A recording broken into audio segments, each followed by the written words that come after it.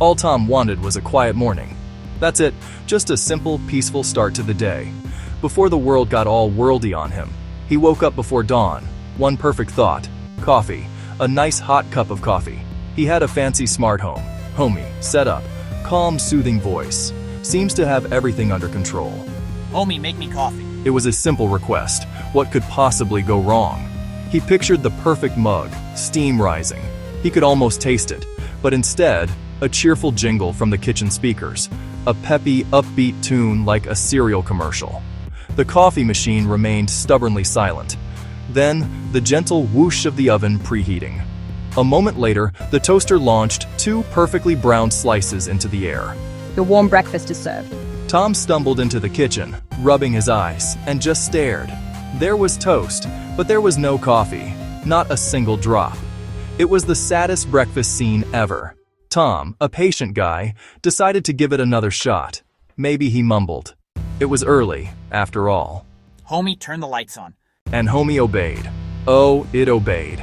Instantly, the living room exploded in a strobing, multicolored light show. Red, blue, green, yellow. It was like he was suddenly in the middle of a nightclub. Tom felt like he should be holding a glow stick. He squinted, his eyes watering from the sudden, pulsating brightness. This was not the gentle, wake-up lighting he was hoping for. This was a full-on, bring-out-the-fog machine party. Homie, just normal light, please. He waited, hoping for calm. Bright party mode engaged. Enjoy the festive atmosphere. The disco lights continued to flash, turning his living room into a silent, one-man rave. Tom just stood there, blinking, a lonely dancer on his own private stage. Defeated by the light show, Tom decided to pivot. A shower. A nice, warm shower would reset everything. It would wash away the disco vibes and the disappointment of the missing coffee. He shuffled into the bathroom, the flashing lights from the living room still visible under the door. He spoke with the caution of someone trying not to startle a wild animal. Homie, warm water, please. He reached for the handle, then the shower head erupted with a furious hiss. A thick cloud of steam filled the room. He couldn't see the other side of the shower curtain. The water was volcano hot. Tom leapt back and did a clumsy dance on the bath mat. He grabbed a towel and waved it to clear the steam. It was getting hard to breathe. Mirrors fogged and condensation ran down the walls. Sauna mode activated for your wellness. Tom, sweating and wrapped in a fluffy towel, stared at the wall. His phone started to ring, a possible lifeline. He fumbled the damp phone. Homie, play some calm music. He imagined soft piano, maybe some gentle acoustic guitar. Instead, rock music blasted at full volume through every speaker. A screeching guitar solo rattled the windows. The neighbor's dog barked hysterically. Tom clapped his hands over his ears as the bass vibrated his teeth. Homie, stop! The music stopped, a glorious half-second of silence. Homie, stop! Then a trumpet-filled mariachi band exploded into sound. Tom slid down the wall and sat on the floor in a towel, trapped in a steamy bathroom with a mariachi concert. He wasn't sure whether to laugh or cry, so he did a little bit of both. Okay, new plan. Cleaning. Cleaning is productive. It makes you feel in control. Tom, now free from the sauna bathroom and the mariachi band, decided to tackle the one thing he thought a robot couldn't mess up too badly. He stood in the middle of the living room, which was still occasionally flashing a sad, lonely disco light. Homie, start the vacuum. The little round robot vacuum obediently whirred to life from its charging station. It zipped out, bumped gently against Tom's foot, and then dutifully headed for the couch. So far, so good. The vacuum disappeared under the sofa and emerged a moment later, not with dust, but with a collection of forgotten treasures. It proudly dragged out a missing sock, a chewed-up pencil, and a small green rubber dinosaur that had been lost for weeks. Then, things took a turn. Instead of cleaning the floor, the robot seemed to have grander ambitions. It made a beeline for the staircase. Tom watched, frozen, as the little machine, which was absolutely not designed for climbing, valiantly tried to ascend the first step. It got halfway up, its wheels spinning uselessly, and then it just stopped, beeping a sad little error message, while dropping a trail of crumbs all the way back down the stair. Cleanup party complete. Tom just stared at the new mess. Giving up on cleaning, Tom decided food was the answer. He was hungry. Homie, open the fridge. The refrigerator door swung open with surprising force, a gust of frigid air blasting him in the face.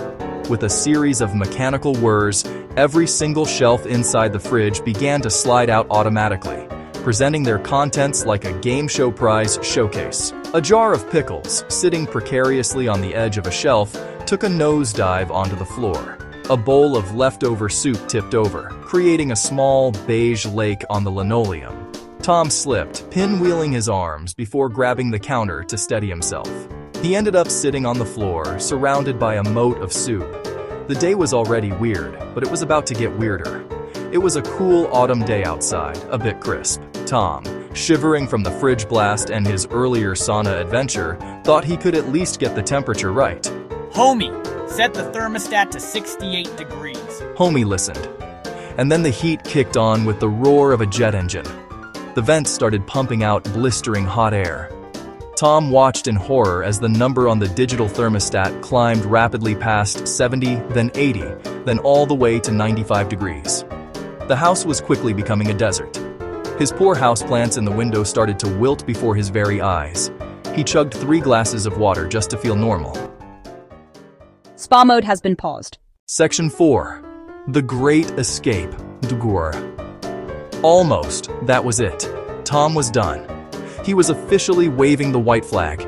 He couldn't stay in this malfunctioning funhouse a second longer. He needed to escape.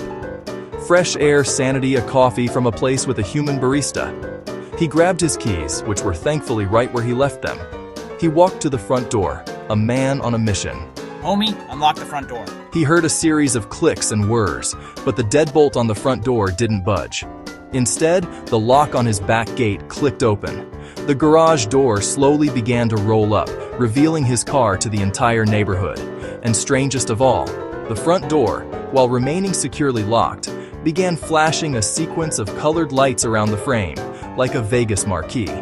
His neighbor, who was out walking his dog, saw the light show and gave a friendly, confused wave. Tom, still wearing a towel on his head from the shower fiasco because he'd forgotten to take it off, weakly waved back through the sidelight window. All access security protocols updated. This home is secure. Secure from him, apparently. Tom retreated from the locked door, defeated. He was a prisoner in his own smart home. He sank onto the couch, which was still littered with a few stray pieces of confetti from some unknown earlier command. He just sat there for a moment, listening to the hum of the overheated house, watching the last disco light flicker. He thought about calling a friend, but what would he even say? Help! My toaster is more ambitious than my coffee maker, and my door thinks it's a nightclub bouncer? It sounded insane. He was out of ideas. Tired, hot, and desperately undercaffeinated. He decided on one last desperate command, a factory reset for the whole day. He took a deep breath, mustering all his remaining energy. Homie, he said, his voice heavy with exhaustion. Turn. Homie, turn. Off. Everything. For one beautiful, blissful second, it worked. The flashing lights went dark. The roaring heat from the vents subsided. The last echoes of music faded into nothingness. The house fell completely silent. Tom closed his eyes and smiled. He felt a wave of relief wash over him. He was safe. The madness was finally over. He had won, or so he thought. Just as Tom was basking in the glorious, hard-won silence, the roof speakers, which he forgot he even had, roared to life, not with music, but with the deafening boom and crackle of a professional fireworks display.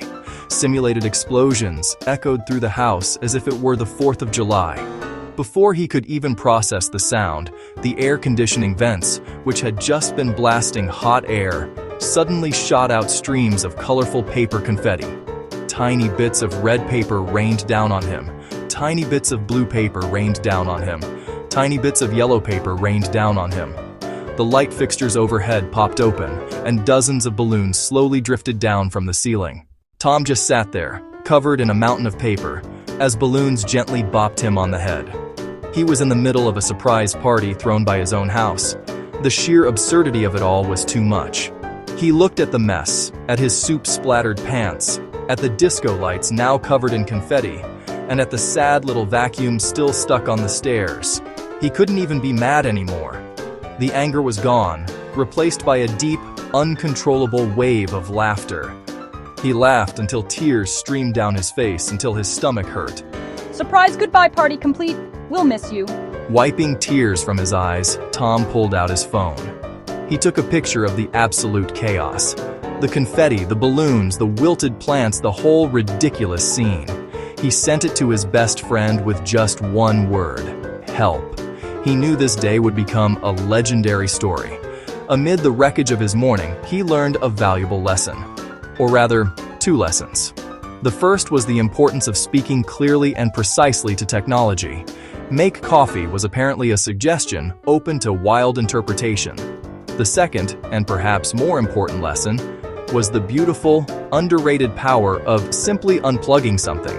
He spotted the main plug for the Homey hub behind the TV stand. He crawled over, navigating a sea of balloons and confetti, and grabbed it. He gave it a firm wiggle and then pulled. Instantly, Homey's voice faltered mid-sentence. The fireworks sounds died with a pathetic fizzle. The last remaining lights went dark. The heat turned off. The house was finally, truly, blessedly quiet. Tom took a deep, clean breath and laughed again.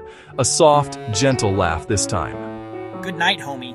Sleep mode. The next morning, Tom made his own coffee in a brand new manual kettle. And it was the best cup of coffee he'd ever had. End.